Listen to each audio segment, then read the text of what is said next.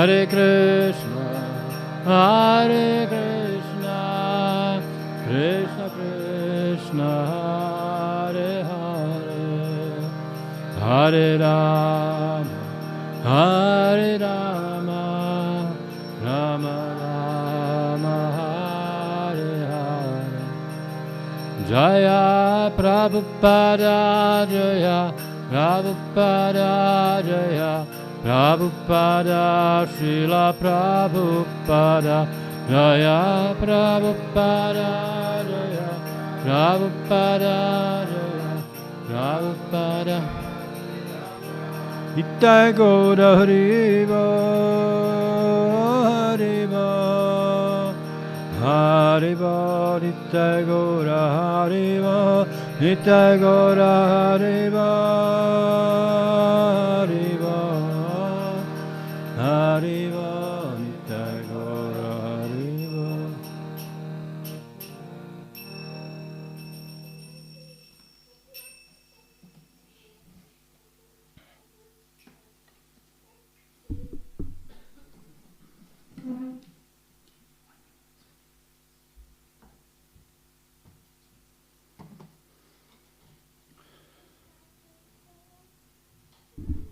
Hare Krishna, good evening.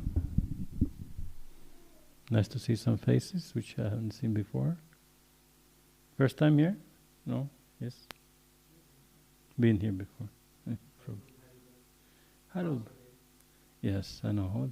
Two-day meeting. Have you been before? Could be. Nice. So Bhagavad Gita tonight is being read in 8th chapter, probably two verses 18, 19. Om Namo Bhagavate Vasudevaya.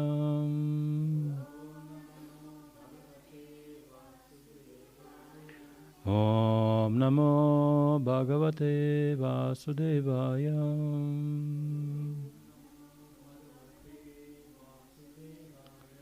Om Namo Bhagavate Vasudevaya.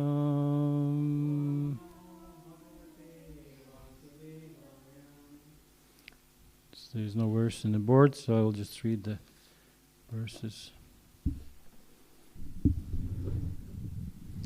18, chapter 8, 18 and 19.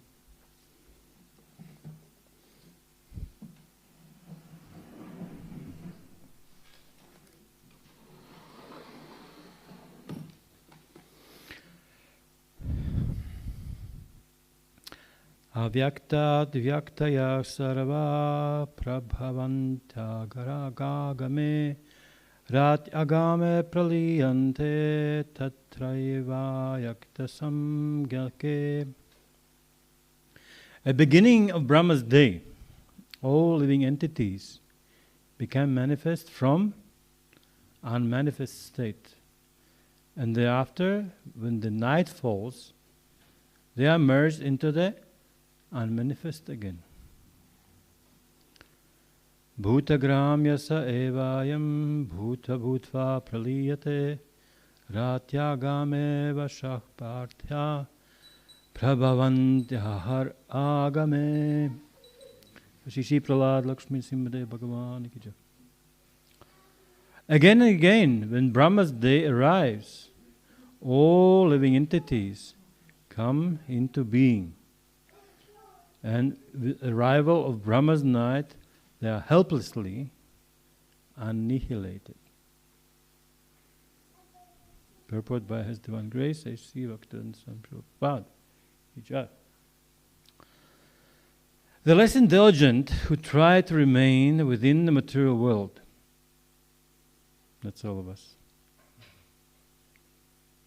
Why we are still here. That's some sign of a little bit of a less intelligent.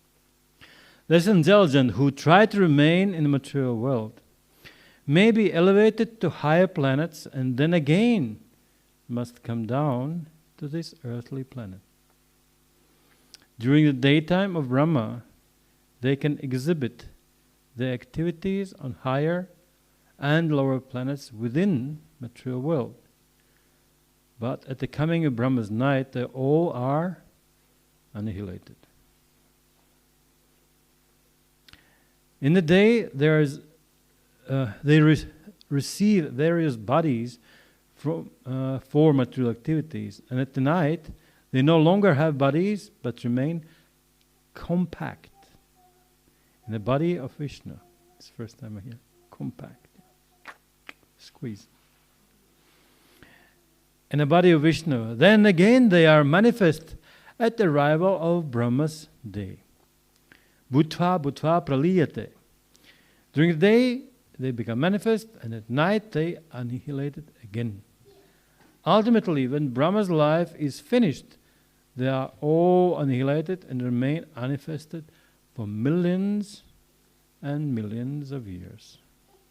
And when Brahma is born again, in another millennium, they are again manifest.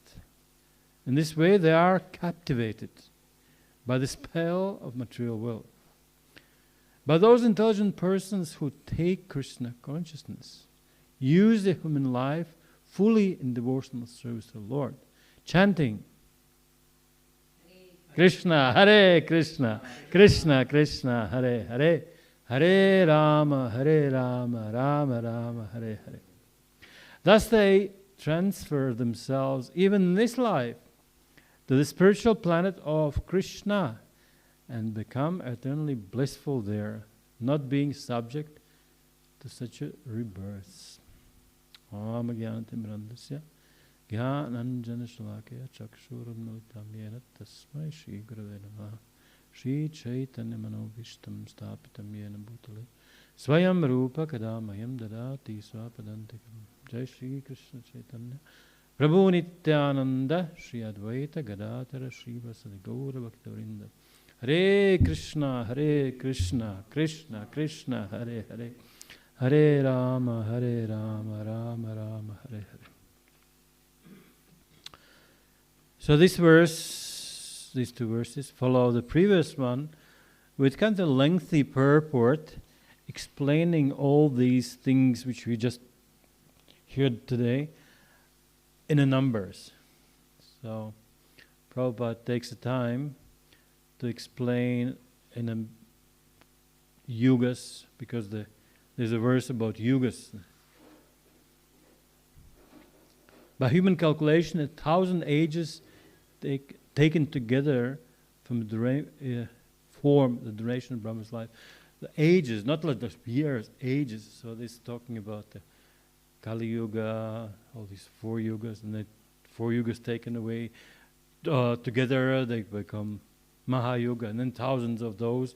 These numbers, Brahma's day and the Brahma's night, and then the calculation together comes to the 311 trillion and 40 billion years, something like enormous things which we cannot imagine.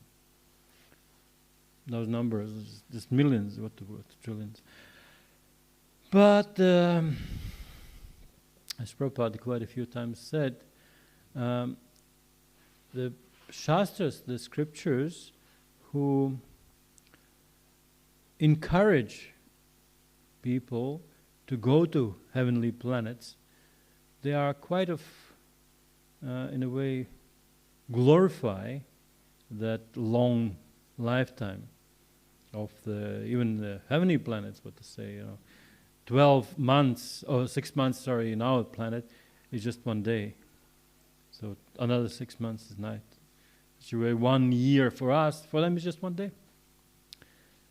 But at the same time, we can understand also there's a reduction in the opposite direction. Sometimes we see those insects which live only one day. Have you seen those ones? No. I can't remember exactly what time of year was that, but I remember in India it was some kind of crazy, I would say ants, but there's ants with the fly, with the wings, and they suddenly come out, like there was nothing yesterday, and one day just comes out, like everything. And by the end of the day, probably they had some mating or something, off the ground, and they hardly move, And a couple hours later, and by the next morning, everything is just, the whole ground is covered by the dead bodies. That's just one day. But, interesting enough, the time works differently for different living beings.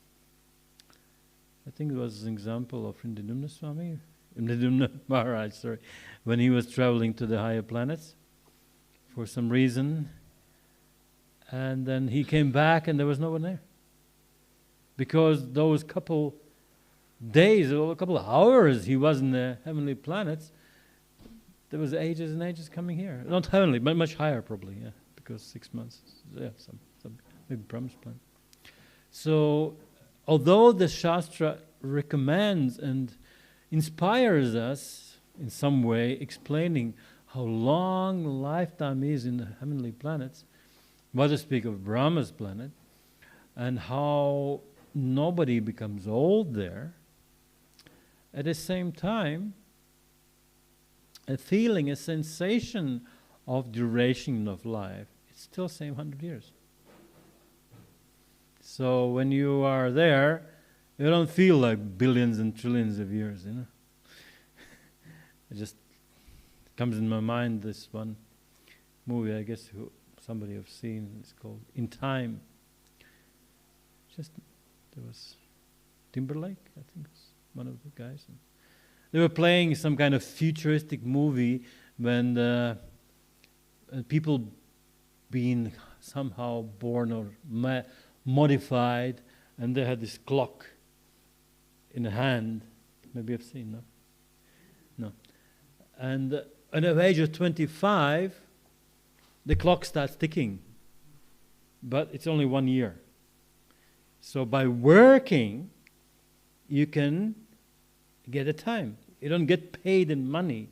The currency is time.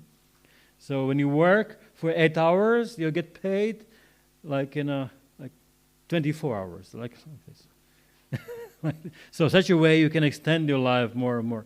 But at the same time, when you want to drink a coffee, it takes like 2 hours. You know?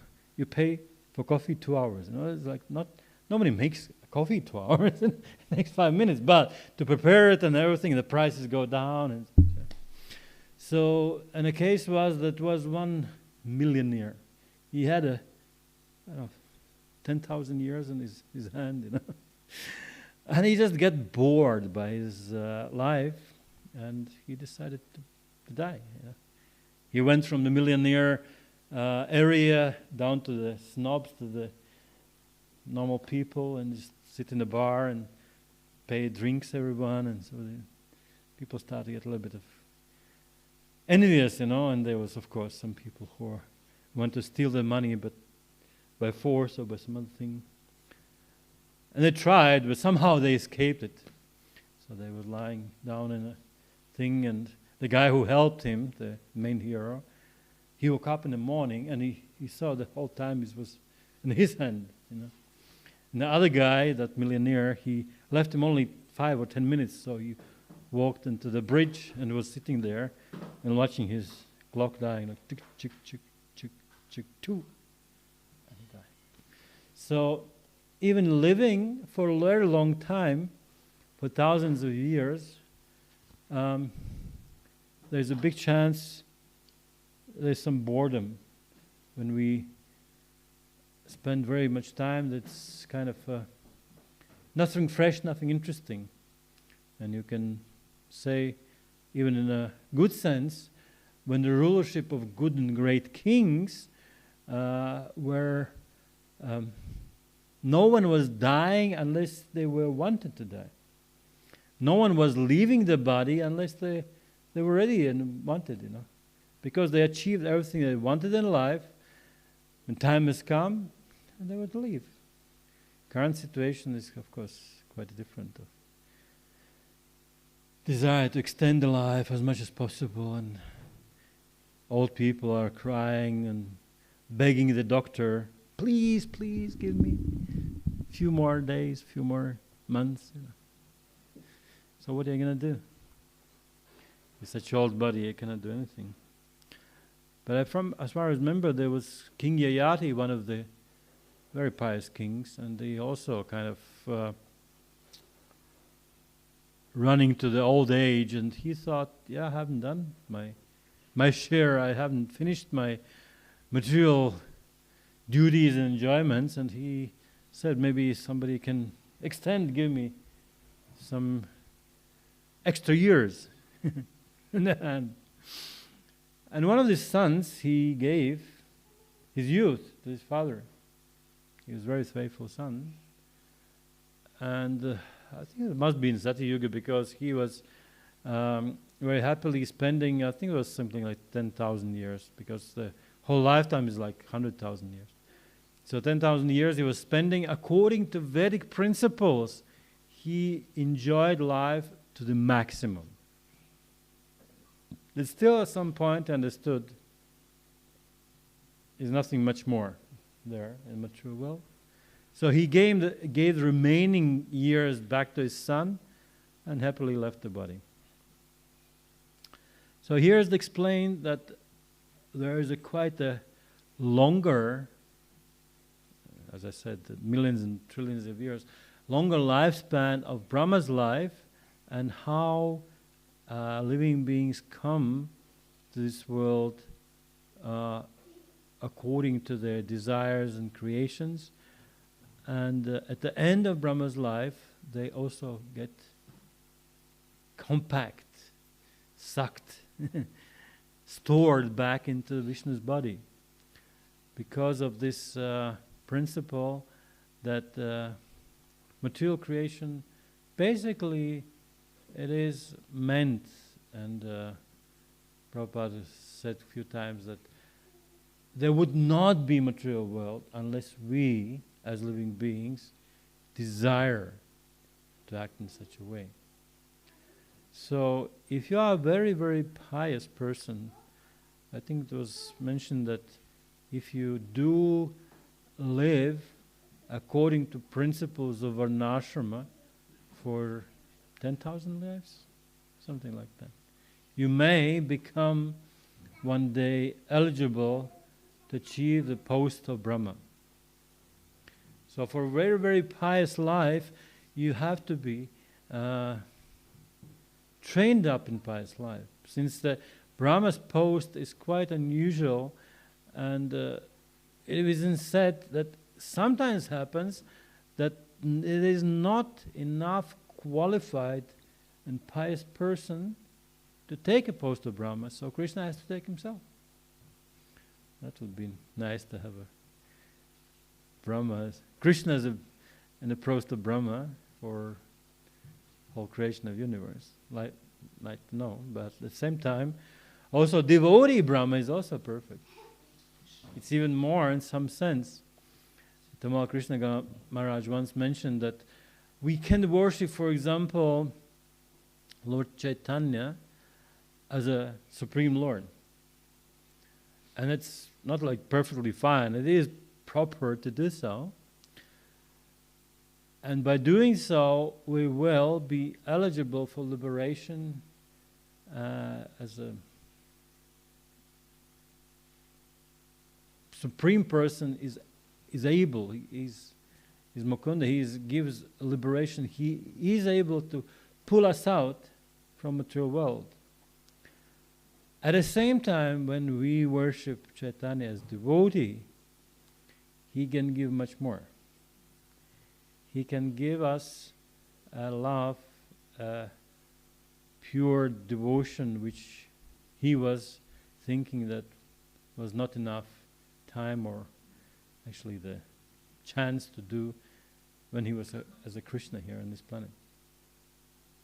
So at the same time, we can say, yeah, Brahma would be nice as a Krishna ruling in this universe. At the same time, when we associate, or at least we know there is a devotee Brahma somewhere, then it's even more interesting, because looking at him or reading, let's say, now let's look at it, reading about him, we can get inspired how everything, how his service happening. And one interesting point which I came across, it is that in the Srimad Bhagavatam, in the first canto, is explained the previous life of Narada Muni. Who remembers what happened with Narada Muni last life? He was son of a maidservant, simple, quite a simple. And how he got so advanced in this spiritual path that just by serving great Vaishnavas, he got attracted by that mentality, by that lifestyle, and not only by attracted but also by taking remnants of their food, he accumulated enormous pious activities. It's quite interesting how it is easy sometimes to get something pious. When he honor prasadam every day, what is the first lines we chant? Mahaprasad Govinde Namo Brahmani Vaishnave Svalpa Punyavatam Rajan Vishwasanaya. So if you don't have enough pious credits, you will not develop faith in Mahaprasad of Govinda, name, Nama, and Vaishnavas Brahmanas. So these three things will never appear in your mind as a worthy or based on faith, since you don't have enough kind of pious credits.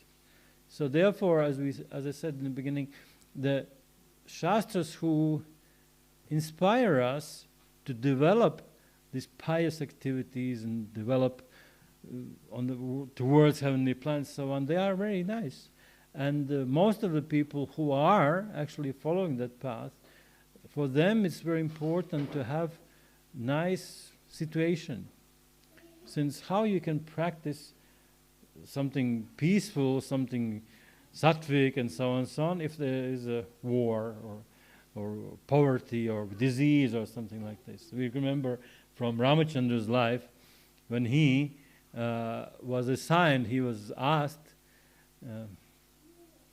to help the priests because the demons were attacking them and didn't allow the properly perform sacrifices. So Kshatriyas protect that. So for the Brahmanas, for the priests, it is important. When you want to do some sacrifice, just imagine, kids running around screaming, or cold or rain, or some police coming and said, "You shut up, I cannot do that, just stop this thing." Any disturbance would be unimaginable. So we think that if we go up, there'll be a better situation, right? At the same time, this chapter, in the 8th chapter of Bhagavad Gita, is quite far from beginning. And the beginning also, already there was karma yoga, there was activities in Krishna consciousness. So the next one was jnana yoga, something about knowledge, And knowledge is not so much about the external situation. It's more like, can you actually be peaceful in your mind? So the same situation is kind of okay if you can concentrate on your things and study and so on. So, of course, next step is yoga. There's karma yoga, jnana yoga, and there's yoga, dhyana yoga. Yeah, eight-step process, dhyana yoga, raja yoga sometimes. So that one is even more important because it involves meditation. Meditation, unfortunately, the whole system is starting meditation in Lord only last 2 stages. All these yama, niyama, pranayama, stuff like that. It's just like postures and getting peaceful. So finally, when you are completely able to concentrate your mind in one spot, then in that spot you put your Lord. That's already like 6th or 7th stage only. But Bhakti Yoga is much higher, since it is allowing, introducing and encouraging anyone who is practicing that, start to meditate on Lord from very, very beginning. So those souls described here are obviously, for some reason or other, not practicing Krishna consciousness properly. If you live in the material world for duration of 311 trillion years, 440 billion years, and you still don't go back to spiritual world, that means what? You get well, waste of time, but waste of time, not exactly, because if you think it's waste of time, then you already value something which is higher. Like, for example, you are able to cook something nicely, But then you cook, and instead of sugar in some sweet dish, you put a salt. And nobody can eat it. Then you can say, okay, waste of time. You spend so much time, and neither you nor you can offer it to anyone, not the Lord. It's just some accident happened, and that was waste of time. But at the same time, you understand that there is a higher standard. So if you are doing properly, you will not be wasting of time. But Bhakti Purnaswami just, actually in these few verses, he mentioned that he was asking, who is Brahman? Is he a human being? Well, very high demigod, but from point of view of human form of life, yes, he is a human being. What about Prajapatis, all the demigods? They are also considered to be a human form of life, not animal. Higher plants, but still human. But they're still in material world. That means what? They got distracted. They got distracted by things which are offered in a material world. So that is the key point, the difference between anyone practicing other systems besides or along or maybe contrary to bhakti, which don't give simple liberation even. So that means the living being who comes in the universe expanding from the spiritual body of Vishnu, coming to the universe after Brahma has created all the planets and the bodies and stuff like that, incarnates and then starts all the cycle of material birth and death. And the whole lifetime of Brahma passes and it's still there. That means the attraction to material energy is so strong that we are not thinking that this is a waste of time. We actually think we are enjoying. And this is the main point actually why a living being, a soul, comes to material world, to fulfill these two things. I'm a controller and I'm an enjoyer. And of course, in both, as we know, being politically correct, we can say male and female bodies are built such a way, and they are differently. So ladies enjoy in one way, men enjoy another way. Ladies control in one way, men control in a different way. Right? Therefore, family life is so important to train those things and see opposite party, how they're doing, and learn from them. And also train up the service attitude. This is the main thing which is gradually you have to come to conclusion in material world that the service to other, starting from other family members up to your elders and your children, and gradually come to the saints and so on, and saints will introduce you service to the Lord. So the service attitude and the service habit is the most valuable thing which we can develop.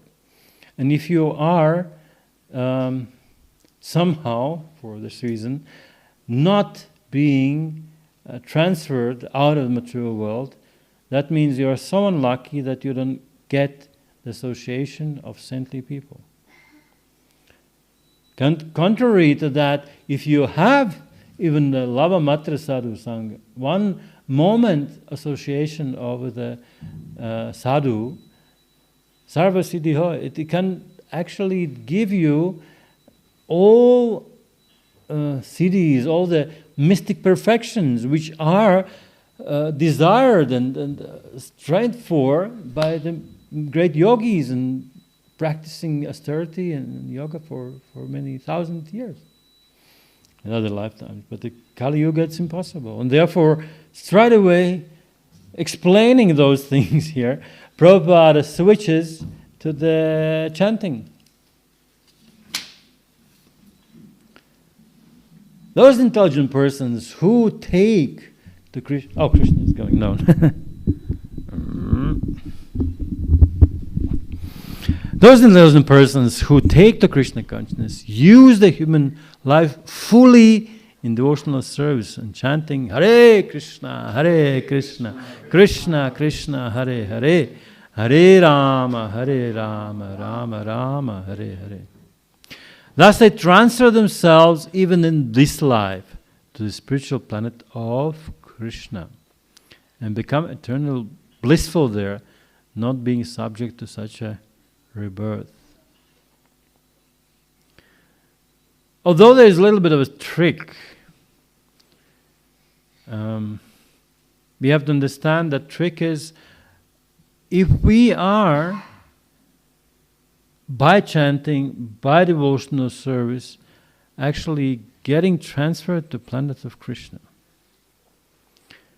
there could be a chance we are still remain in a material world, in a body. Yes, of course, there is a chance when you are completely attached to Krishna so much, and a feeling of separation you cannot spend without him even a moment. You can leave your body straight away, just like that. You know. Like used to be this ritual that if the husband passes away, and usually it happens somehow, and wife still is alive, she enters the fire. Because the pain of separation from beloved husband is so strong, there's nothing compared to the fire. Can you imagine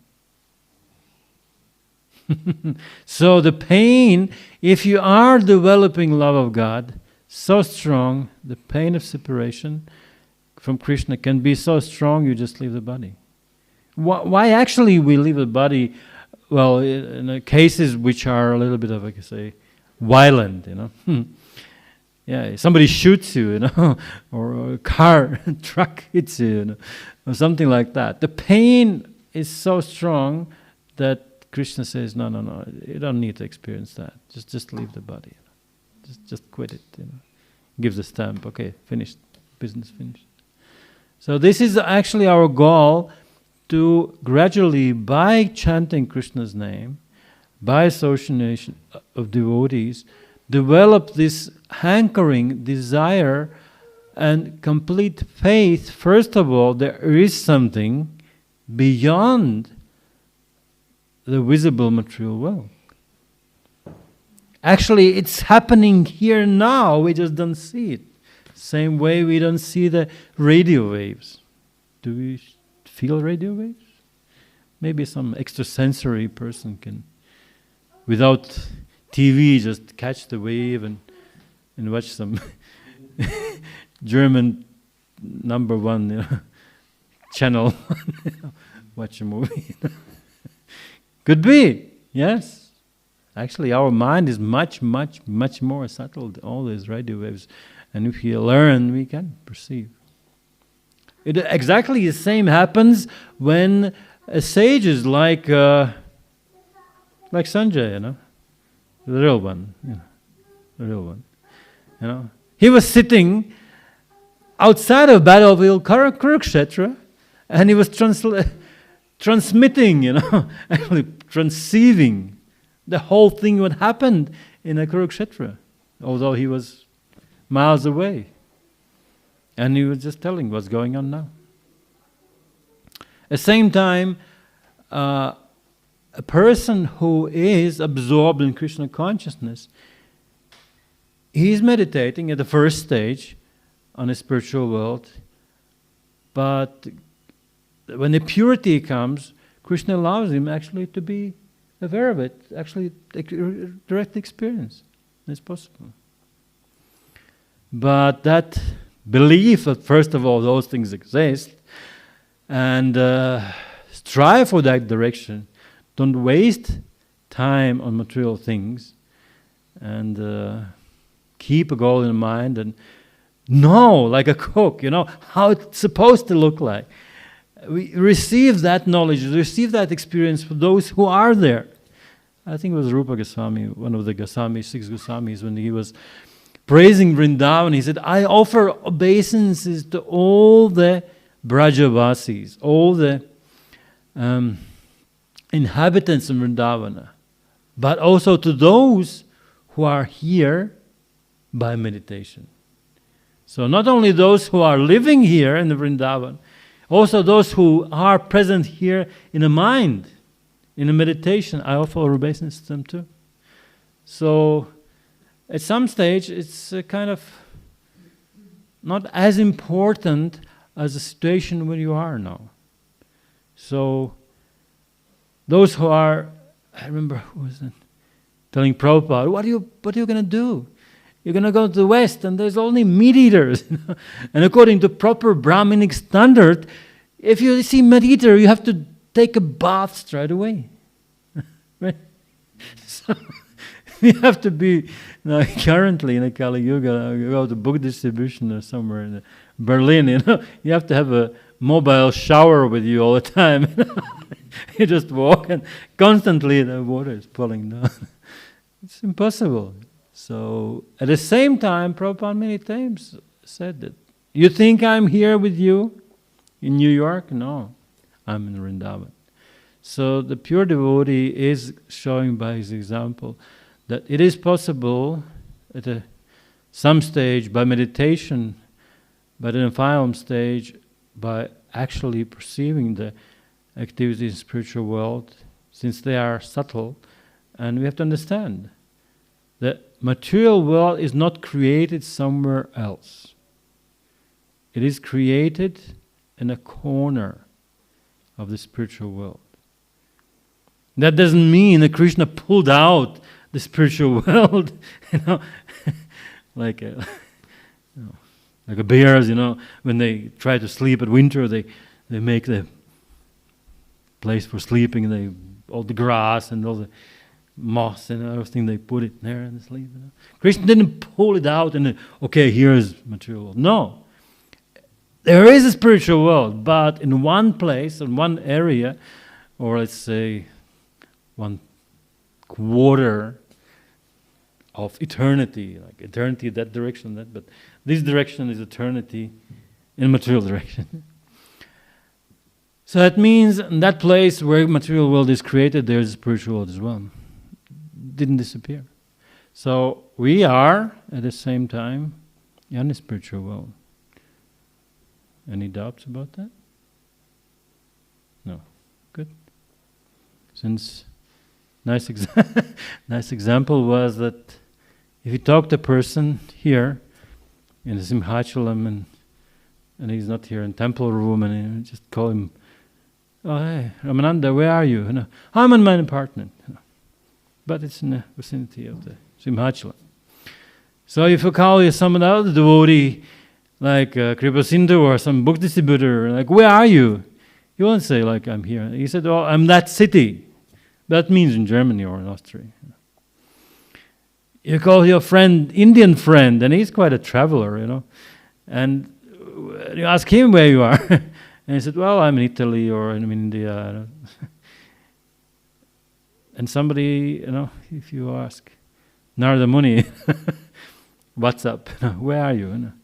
In spiritual world or material world? He is able to travel spiritual world, material world, back and forwards, without any problems.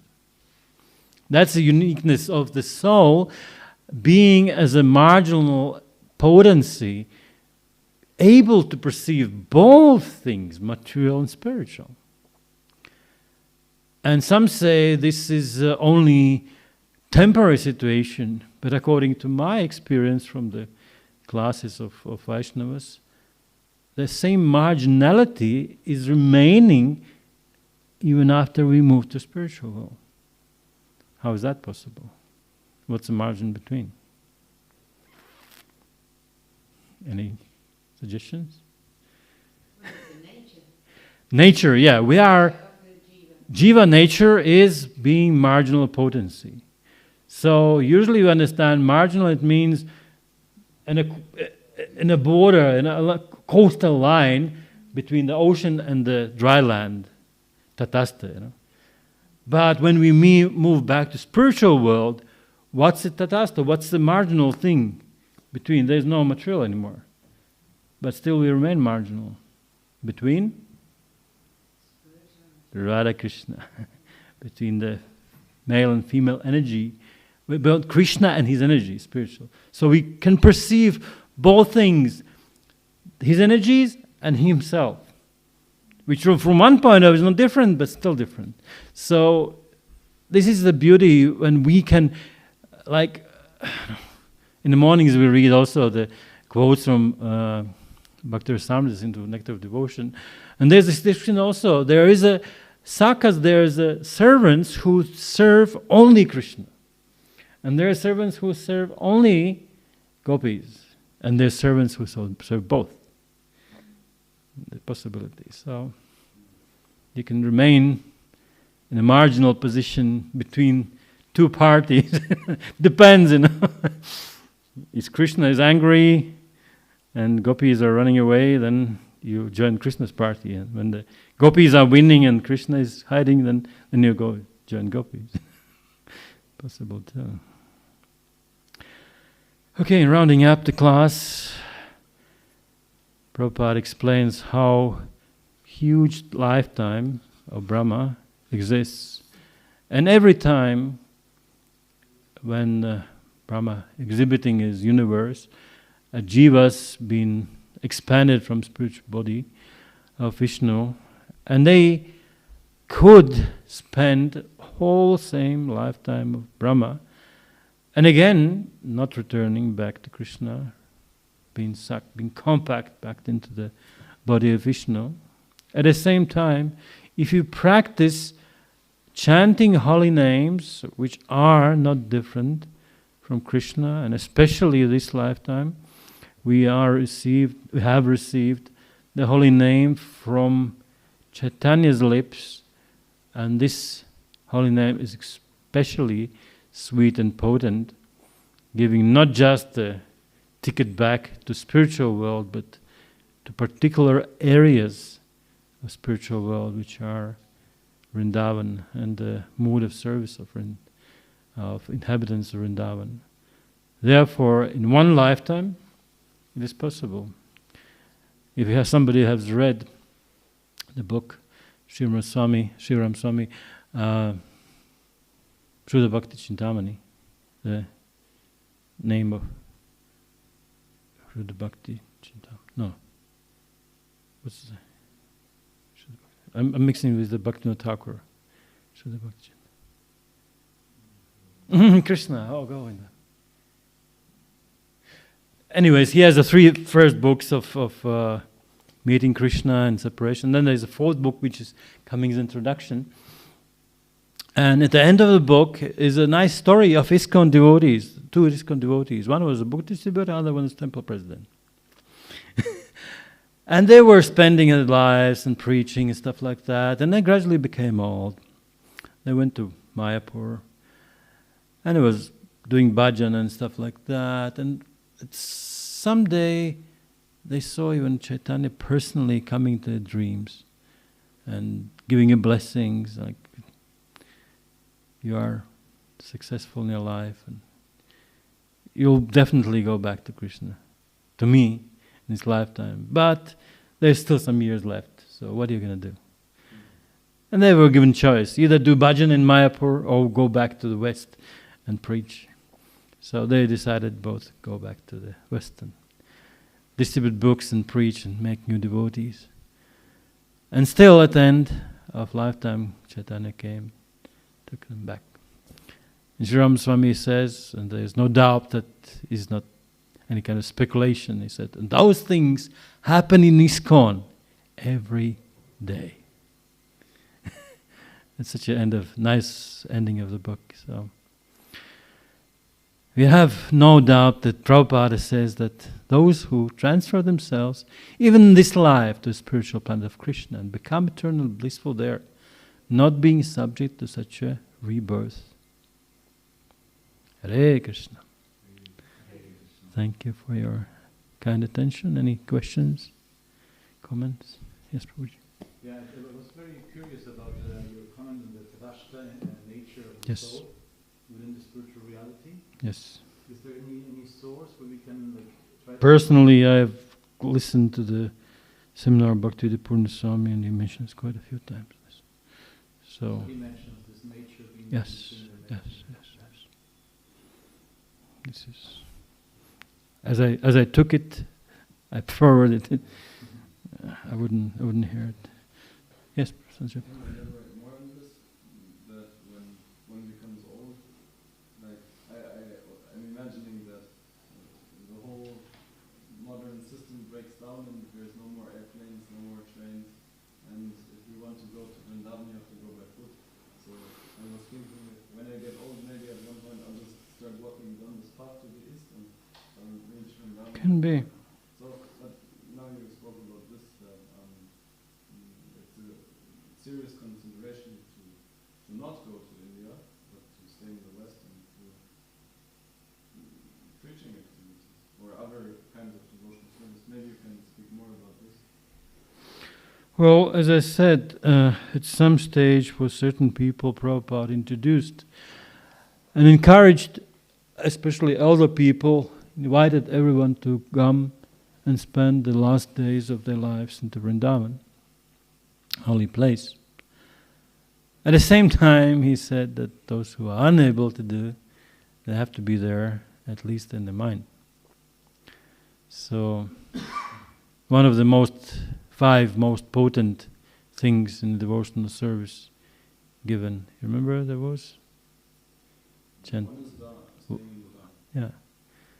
And staying in the Dham, exactly the same place also is comment, either in body or in mind. So therefore I mentioned that those Rupa Goswami offered obeisance for those who are there in the meditation. So, if we are a little bit still in this mood of having necessity to have a peaceful nature, then may me go. At the same time, those who have been recently in Vrindavan, I wouldn't say it's no peaceful place anymore. Sorry to say, I was just, last year there. So all these taxis and tuk-tuks and the screaming and stuff like that, it's just,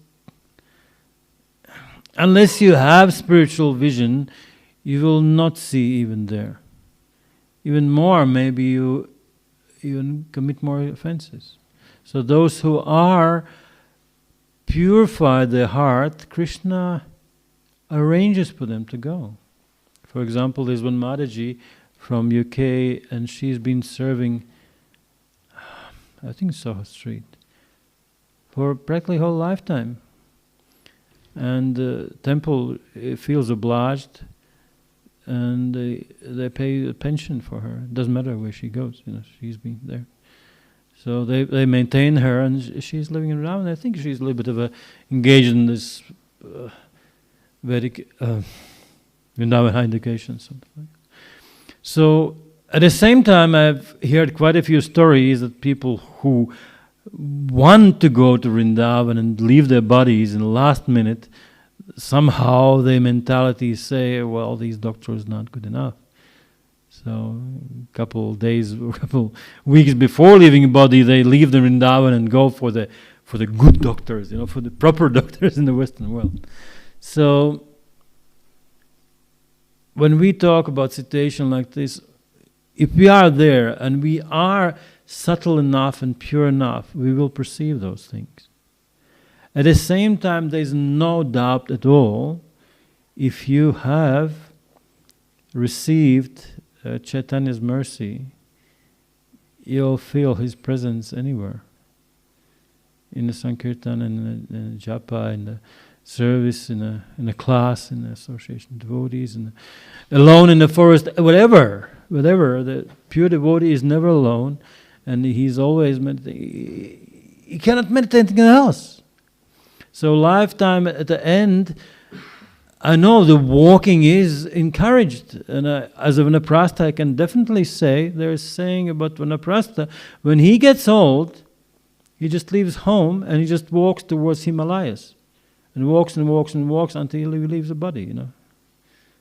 That's the best. No crying or old guy. You just walk. Just walk up Himalayas. Just walk north. Just where you live. Just okay. And just start walking until you leave the body. That's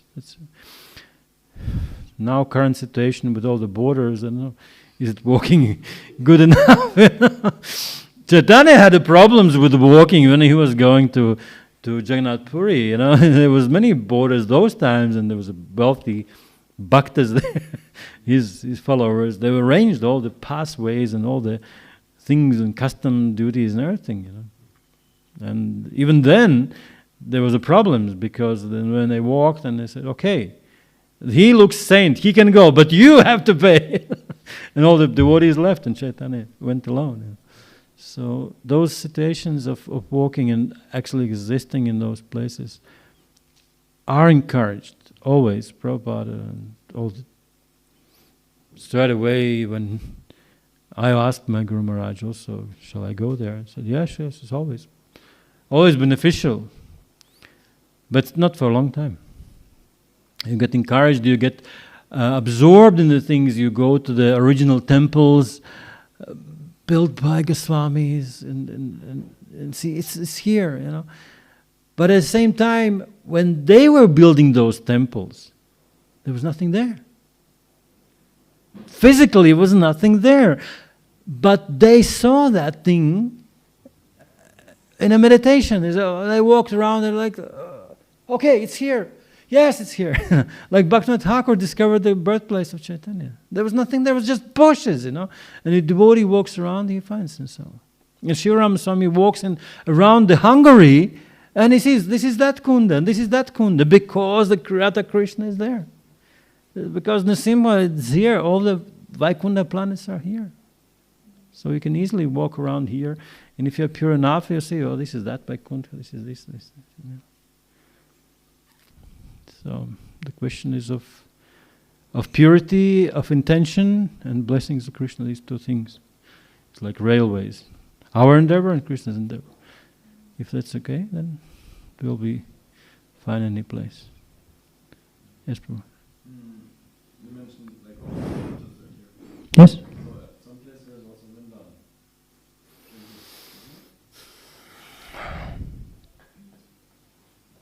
Some place. Chaitanya said, Vrindavan is my heart. When the mind is pure, you'll perceive Vrindavan anywhere. Depends on your purity. If you're not pure enough, maybe you're a material world. If you're more pure, you'll see the spiritual, the Vaikunthas. And if you're completely pure and attached to Krishna in certain ways, you'll be in the gopis, when they were meeting Krishna in Kurukshetra. So Kurukshetra is not Vrindavan, but their mood was completely, they left Vrindavan, but they took with them that attraction, that pure love, this desire to serve Krishna. So therefore it is said, the holy saints, the sadhus, they go to the holy place and purify those places. So when some pure devotee comes here, he can manifest Vrindavan just sitting next to you. Unfortunately, when he leaves, if you didn't absorb enough, it takes with him. But you can also get get that Vrindavan mentality disease, which is spreading. You know, there's disease which is spreading as a microbes, and there's a disease of contagious mentality of Vrindavan inhabitants. It is contagious. But we have to drop our immunity, material immunity, you know, our stone-hearted heart, which is somehow immune to the contagious Krishna consciousness. So, where's holy name, there is Krishna. Where's Krishna, there is Vrindavan. So, no doubt about that. Okay, let's finish here. Thank you for coming and listening. Granthrat Srimad Bhagavad Gita ki jai, Samaveta Bhaktivinoda ki jai, Go Premanandi Hari Hari Bol.